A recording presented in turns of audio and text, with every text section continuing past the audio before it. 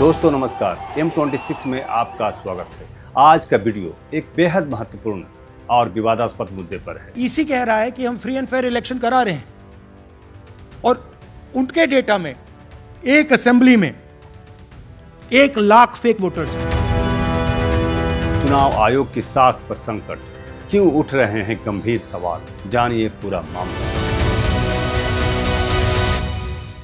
अगर आप भारत के लोकतंत्र के बारे में सोचते हैं तो चुनाव आयोग उसकी रीढ़ की हड्डी है। लेकिन हाल के महीनों में, खासकर 2024 के लोकसभा चुनावों और 2025 के बिहार विधानसभा चुनाव की तैयारी के दौरान ईसीआई पर पक्षपात, मतदाता सूची में हेरफेर और पारदर्शिता की कमी के गंभीर आरोप लगे।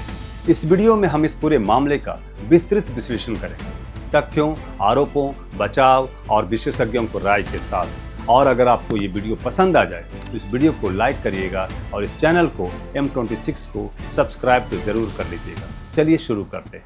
दोस्तों, सबसे पहले हम इसके बेसिक्स को समझते हैं। भारत का चुनाव आयोग एक संवैधानिक संस्था है जिसकी स्थापना 1950 ईस्वी में हुई थी। इसका मुख्य काम है देश में निष्पक्ष एवं स्वतंत्र चुनाव कराना।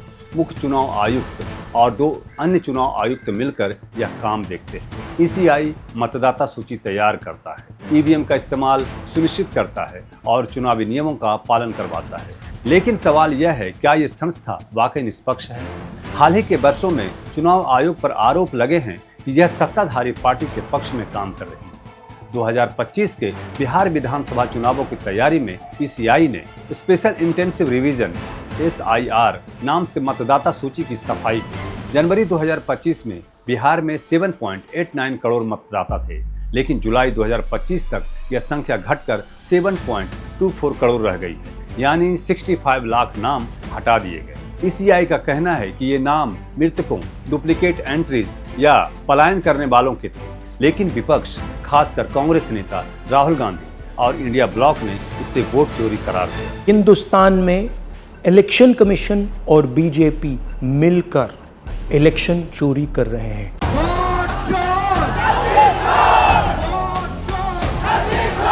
राहुल गांधी ने 7 अगस्त 2025 को एक प्रेस कॉन्फ्रेंस में पीपीटी दिखाकर आरोप लगाया कि महादेवपुरा जैसी जगहों पर फर्जी पते जैसे हाउस नंबर 0 या मंदिर के सामने से लाखों नाम जोड़े गए, जो असली मतदाताओं को दबाने का तरीका है। बिहार में भी विपक्ष का दावा है कि गरीब, प्रवासी और अल्पसंख्यक मतदाताओं के नाम चुनिंदा तरीकों से हटाए गए बिना नोटिस दिए, जो रिप्रेजेंटेशन ऑफ पीपल एक्ट का उल्लंघन है।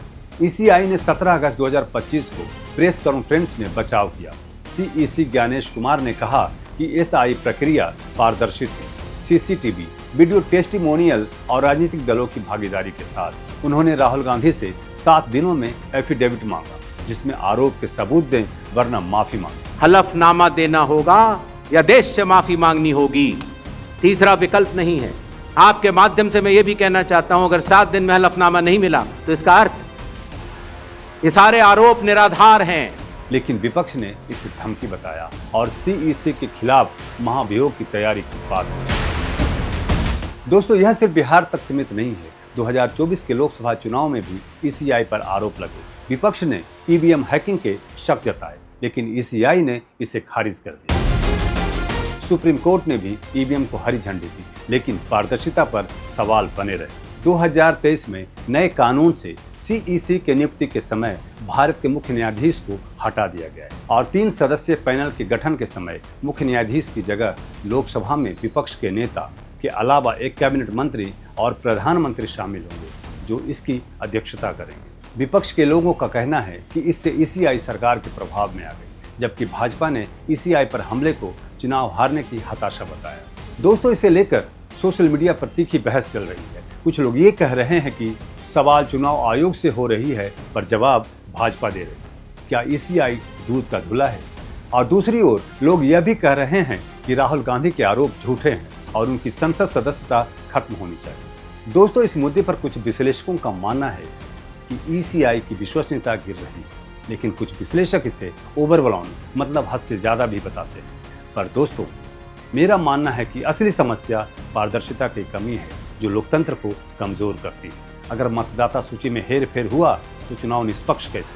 पर अगर चुनाव आयोग को इस तरह के सवालों से बचने हैं तो ईसीआई को और पारदर्शी बनाना होगा। नियुक्ति प्रक्रिया में सुधार करनी होगी। ईवीएम में वीवीपैट की 100% गिनती करवानी होगी। और सबसे बड़ी बात, राजनीतिक दलों को सबूत के साथ शिकायत करने की जिम्मेदारी भी समझनी होगी। दोस्तों, यह मामला सिर्फ राजनीति नहीं, हमारे वोट के अधिकार का है।